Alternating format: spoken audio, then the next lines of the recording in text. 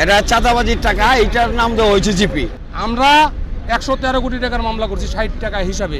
আওয়ামী লীগ আসলে আওয়ামী লীগের টাকা দিয়ে কিনে, বিএনপি আসলে বিএনপির টাকা দিয়ে কিনে। এটা বিএনপির লোক ছাড়া আর কারা নিব? এখানে আছে কেউ? যে শ্রমিক কথা বলে টর্চর ছেলে নিয়ে তাকে টর্চর করা হয়। রাত্রে তারা এই বাগবাটোয়ারা করে যার বিভিন্ন জায়গায় বিভিন্ন ভাবে পৌঁছে দেয়। ওনার নাম আব্বাস, শ্রমিক নেতার নামে অবৈধ শ্রমিক। জামাতের লোক 10 টাকা চাঁদা খায় না, এটা যদি কেউ দেখাইতে পারে তাহলে এই শহরে কোনদিন চেহারা দেওয়া না। আমাদের যে এমপি সাহেব আছে ব্যারিস্টার আরমান, ওনাকে টাকা দিয়ে কেনার মতো টাকা এই দেশে নাই। চাঁদাবাজির টাকা, এটার নাম দেওয়া হয়েছে জিপি। আসলে এই টাকাটা যারা বিএনপির লোকজন আছে, আগের লোকজন ছিল, তারা মিলে দিলে এই টাকাগুলা ওইখান থেকে নেয়। জিপির নামে এটা চাঁদাবাজি হচ্ছে। এটা বিএনপির লোক ছাড়া আর কারা নিব? এখানে আছে কেউ? জামাতের লোক 10 টাকা চাঁদা খায় না, এটা যদি কেউ দেখাইতে পারে তাহলে এই শহরে কোনদিন চেহারা দেওয়া না। আওয়ামী লীগ আসলে আওয়ামী লীগের টাকা দিয়ে কিনে, বিএনপি আসলে বিএনপির টাকা দিয়ে কিনে। এরকম করে 30 বছর মাফিয়া চক্র এখানে চলতেছে, মাফিয়া চক্র। যে শ্রমিক কথা বলে টর্চর ছেলে নিয়ে তাকে টর্চর করা হয়, কথা বলে তার নামে মামলা দেওয়া হয়, কথা বলে তার নামে হামলা করা হয়, তাকে গুলি করে মারা হয়। এখানে শ্রমিক কল্যাণ ফেডারেশনের নামে বহুত কিছু হয়। এখানে একটা মাফিয়া আছে, সে আওয়ামী লীগকে কিনে, বিএনপিকে কিনে। আল্লাহর রহমতে আমাদের যে এমপি সাহেব আছে ব্যারিস্টার আরমান, ওনাকে টাকা দিয়ে কেনার মতো টাকা এই দেশে নাই। ইনশাআল্লাহ উনি বিক্রি হবে না।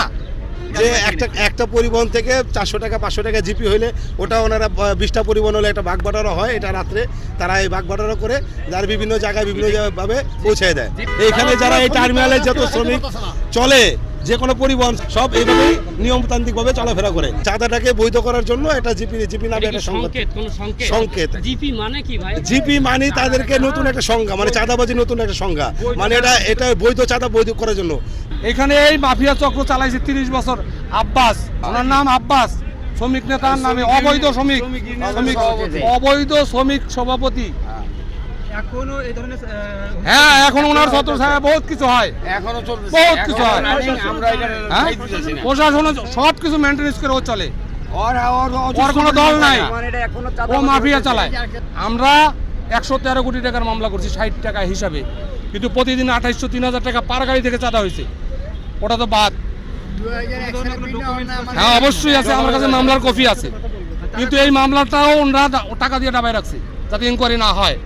সরকারি ফি এবং সমিতির ফি, বৈধ ফি ছাড়া আর কোনো ফি যেন আদায় না হয়। আমরা আমাদের জায়গা থেকে কাজ করছি, আপনাদের পূর্ণ সহযোগিতা যাচ্ছি। আমাদেরকে বিদ্রোহ করতে জানতে হবে। চাঁদা চাইলেই চাঁদা দেওয়া যাবে না, এবং দরকার পড়লে বিপদ কাছে নিয়ে আমাদের দাঁড়িয়ে থাকতে হবে। কারণ চাঁদা অবৈধ, আমি অবৈধ কিছু দিব না। এই বিদ্রোহ যদি আমরা করতে পারি তাহলে চাঁদাবাজি বন্ধ হবে। চাইলে যদি আমরা দিয়ে দেই তাহলে এটা কোনদিন বন্ধ হবে না।